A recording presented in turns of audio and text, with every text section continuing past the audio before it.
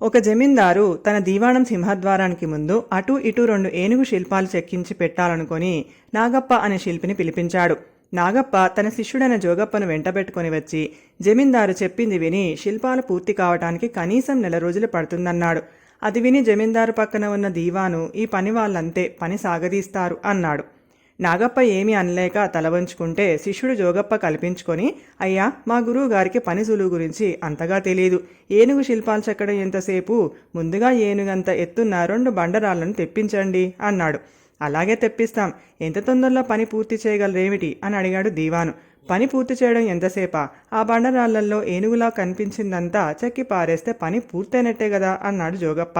జోగప్ప మాటల్లోని వ్యంగ్యం అర్థం చేసుకున్న జమీందారు చిరునవ్వు నవ్వి, మీరు నాకు చూపవలసింది మీ పనితనం కానీ మీకు తెలిసిన సులువులు కాదు అన్నాడు.